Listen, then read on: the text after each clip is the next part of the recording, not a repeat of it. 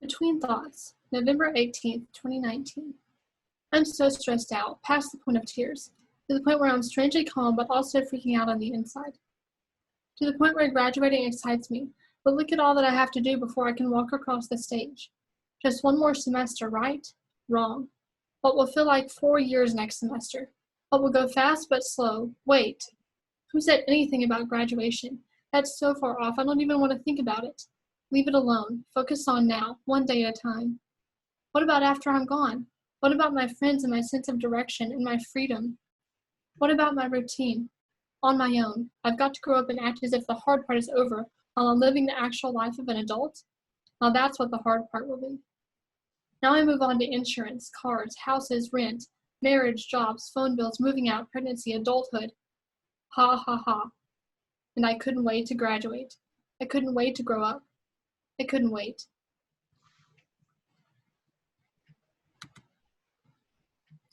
That was a prose poem I wrote halfway through my senior year amidst all of the chaos. Close your eyes.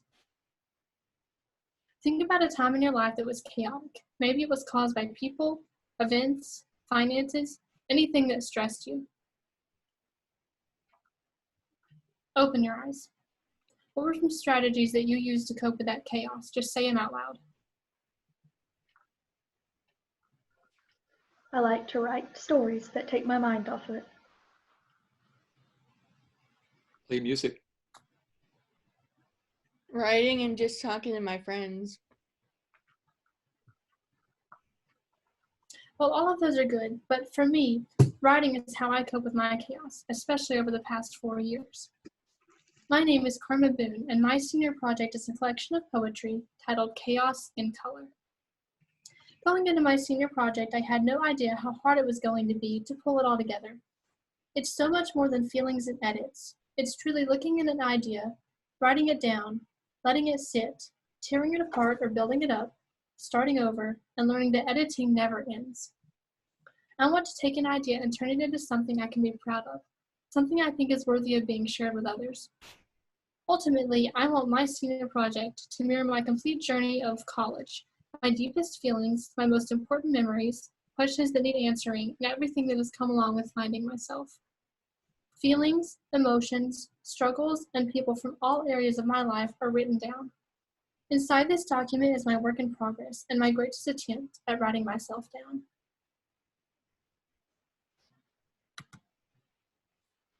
As a sophomore, I took poetry, English 309. That was when I knew I wanted to do poetry for my senior project. I learned how to use detail, how to brainstorm, how to punctuate, how to read my poems aloud, and most importantly, how to revise poems into something extraordinary. Extraordinary is a word that at one point meant a great deal to this project. My first working title was The Good, the Bad, and the Extraordinary. So naturally, I began using that word whenever talking or writing about my project, just to hold on to a common thread throughout the process. Even though I don't use that word in my title now, I truly believe that the work I have put into this project and some of the poems that have come out of it are extraordinary. The word extraordinary means something to me that stands out. Something that has been accomplished that goes above and beyond normal standards. This project, in my eyes, is extraordinary. Poem 461 was an important part to my process. Because of my senior project plan of action, my prospectus, and my end of semester speech, I was able to gain clarity in where I wanted to go with my senior project. The first day of my senior project and my first meeting about it was on January 13th, 2020. Scheduling, submitting, editing, discussing, finalizing, organizing, all of it seemed like such a blast. But the process got a lot more complicated than I originally imagined. Editing and writing new poems simultaneously is a tedious task. That's why planning time for each specific part of the writing process is important. One big part of the process is revisions. Revisions are hard. It's never easy learning to take criticism, even if it is constructive. However, after a while, I got into the groove of changing things, expanding, condensing, and fleshing it all out. It got easier. One particular poem I struggled a lot with was Happiness Is. I did 5 drafts of that poem. My first draft of the poem was in poetry with Dr. Chamley, and it was one of my favorites. In my eyes, it didn't need much revision. However, after taking a couple more looks at it, my mindset changed, and I ended up adding much more detail, editing the title, playing with line spacing, changing stanza length, setting up the change into a personal direction a little more, polishing the ending, and adding an epigraph from Denise Levertov's The Good Dream. She wrote, quote, "It was a joy of two rivers, meeting in depths of the sea." End quote. The poem, now titled Happiness, is about all different kinds of joy and describes all these groups of people who find joy in simple things. I felt that using Levertov's quote was a nice, figurative setup for the concrete images in the poem. Attention to detail has been a challenge for me as well. I tend to dance around ideas and write in abstractions as opposed to descriptions. I have had to go back and add specific images or details that really help describe the picture or feelings I'm trying to portray. So all of the pictures on this slide kind of describe a little bit about each section of my project. Each section has one particular focus or main theme. I wanted to keep within the title of the project and make connections to it throughout each section. So, to do this, I gave each section a color uniquely matched to the kind of poems written within that group. After that, I gave each section a subtitle, giving a little more insight to what the poems were about. I came up with 5 sections. The first section is blue, growing up and learning. So that is demonstrated by the lower left-hand picture in the corner there. This section includes poems about growth throughout my college career and life, what I've learned over the past 4 years, a little bit of reminiscence on my childhood years and how I've grown and changed, and to top it off, the image of how time flies. The second section is titled Black and White, writing it down. That's demonstrated by the lower right-hand corner picture. This section focuses mainly on my writing journey and what poetry is to me. Section 3 is called Red, Reality, and that's demonstrated by the upper right-hand corner.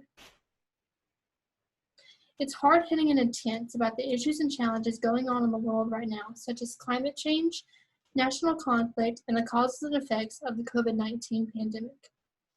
The fourth section is titled Hot Pink, Men, and that's demonstrated by the upper left-hand corner. It's divided into 3 subsections about 3 different men in my life, whether past or present. Before the first subsection is a poem to introduce the whole idea of feelings, the main underlying theme throughout. I titled each subsection Section 1, Section 2, and Section 3 because I like the sense of vagueness it gives to each person I describe. The poem should be descriptive enough to do the work of the title. The 5th and final section is titled Rainbow, Roots of Color, and that's demonstrated by the picture in the middle of the screen. It's about home, where I started, family, and ends with images of what happiness is for me. Reading is one of the best ways to learn. Reading other poets throughout my journey has been one of the biggest aids to my improvement.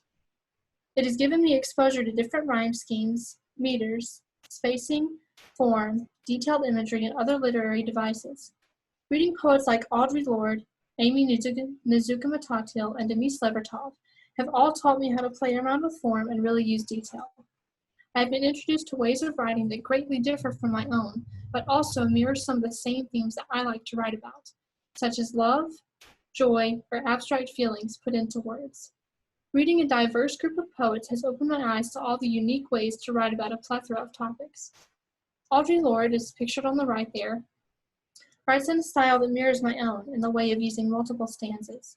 However, it differs from my writing in that her stanzas are typically different lengths, while mine tend to consistently have the same number of lines. Much of her tactics parallel how I write some of my poems. I tend to go back to ideas, reinforce titles, and compare opposites closely together. I also want to mention Denise Levertov as a poet who has really impacted my writing. She's pictured in the middle there. My favorite thing about Levertov's writing is how she uses spacing. Her poem Wings of a God uses space in a way that effectively illustrates wings beating back and forth. The use of space in this poem inspired me to write Time Flies in the same spirit of spacing used to imply a certain idea. For Levertov, it was the pattern of wings beating. For me, it was a sense of urgency and limited time. Amy Nezhukumatatil's poetry collection, Oceanic, is absolutely incredible. She's pictured on the left there. I love the way her work reflects little moments or memories that stand out in her mind by reflecting on the minuscule things or everyday mindless things that we often don't think about. The contrast of the two is intriguing and adds a certain element of wonder between reading each poem. One thing that I really like about her writing that is aligned with my own is the return back to an idea throughout. Many of my poems will repeat words or phrases that draw attention back to the central topic of the poem, or I will continue to reference something or someone. Some of my poems end with a question or ask them throughout. I try to make them rhetorical and answer them myself the same way Nezuko Matatil does in her poem, The Body. Reading her work has helped me make connections to elements or form in my own writing that I can use to frame ideas. Reflecting on the growth of my writing, I see a journey of 4 years. Freshman, sophomore, junior, and now senior year, I've taken classes that have impacted my writing. I continued writing and improving my skills, learning new techniques, failing and trying again, and enjoying all of it. Vulnerability is important to writing. I think it's crucial to put feeling into what we put down on the page. Dive into what you're writing with intention to discover something about yourself. It's yours. Your writing will always be yours. Whether it's happy, sad, reminiscent, or a release of feelings, write to remember, to feel, to let your inner self show. Be raw. The best writing is raw. The first one I want to read is a little heavy. It's from the section Red, Reality. It's called Nerve, and it's about an issue that has come from our reality of COVID-19. Nerve. You, my friend, have the nerve to tell me how to feel? My college sports career built up to fall, and my teammate relationships end stopped. My last semester taken away from me. You act like you broke your legs and will never play again. Forget it, you wouldn't understand why it matters. Absent from my last match ever, missing out on spring break memories for what? 4 years of playing, building, learning, growing, training, loving the game, and for what? A cut-off season in my last semester, and you, my confidant, have the nerve to tell me it's no big deal? I will never be part of a team again, not this one, not a college team. I will never play with these friends again, never travel with them, learn with them. I will never practice with them again. I've been on a team before. I've went through what you're going through. No, you haven't gone through this. My last semester to play alongside my best friends and my first team that has meant something has been taken away from me. All of it yanked away in a moment, in one decision, one email. Just a few words blew a hole through my entire world. The USA South Atlantic Conference and NCAA have canceled all regular season competitions and championships due to the threat of the potential spread of COVID-19. But you have the nerve, the gall, the heart to tell me that something that means everything to me means nothing? The second poem I will read is from the section Blue, Growing Up and Learning. It's titled Time Flies. In this poem, you get a glimpse of my time at Brevard College. Time flies. Tick, tock. The clock is running. Better go catch it. The hand of Father Time inches toward the next, ever so small, checkpoint. Increments of 5. Tick, tick, tock. The scoreboard is watching me, the beady red eyes never blinking. I'm caught in the swing of a pendulum back and forth across the field. Sweat beads from the pressure of 10, 9, 8, 7, 6 seconds left. Tick, tock, tick, tock, tick, tock, tick, tock. Are you ready for the final countdown? Another year, your last year. The hands don't stop. Around and around until your time is up. Thank you. Are there any questions? I don't have a question, but that was great, Carmen. Thanks. Could you name the 3 poets again? I caught Denise Levertov. Yeah, so they were Denise Levertov, Audre Lorde, and Amy Nezuko Matatil. Amy, what was the last name? Nezuko Matatil, so it's Nez. Hang on, let me write it down just so I can make sure that I get it right. I put Oh, them there it in the is. Thank you. message. Yep. Thank you, Lise. Mhm. Oh, okay, awesome. She was supposed to be 2020 faculty for this year's Writers Conference, but she'll be back for 2022. So Thank you. she's incredible. Yeah. That's an interesting last name. It's hard to spell, it looks like. For sure. Hard to But pronounce too. So how many poems are in your collection in total? I have 43 poems total now. Congrats. Thanks. Do you have any favorite poems? So the one that I read, Nerve, about college sports is pretty important to me. There's some other ones that stand out, but for this presentation, I just wanted to choose a few that were kind of diverse, just to give a feel of some different kinds of things that I've written. So. Awesome. I know for me, I've watched you grow as a poet and as a writer in general these past 4 years that we've known each other. But how do you think you've grown in your writing in general from taking poetry in sophomore year and then till now, I guess? I think a lot of it was just really sitting down and looking at what I've written critically. I think I was definitely an amateur in 309. I really needed the guidance of Dr. Chanley to really understand what poetry was and kind of define it. But I think since then, just continuing to write and put my feelings down, and then having the direction of Dr. Benzel this semester has also really helped me improve. I think my poetry has become more of myself than I ever thought it would be. I draw from a lot of experience that I've had in my life to write my poetry, and I think editing and revising and really just looking at all of it together has really made me realize how far I've come. So. Awesome.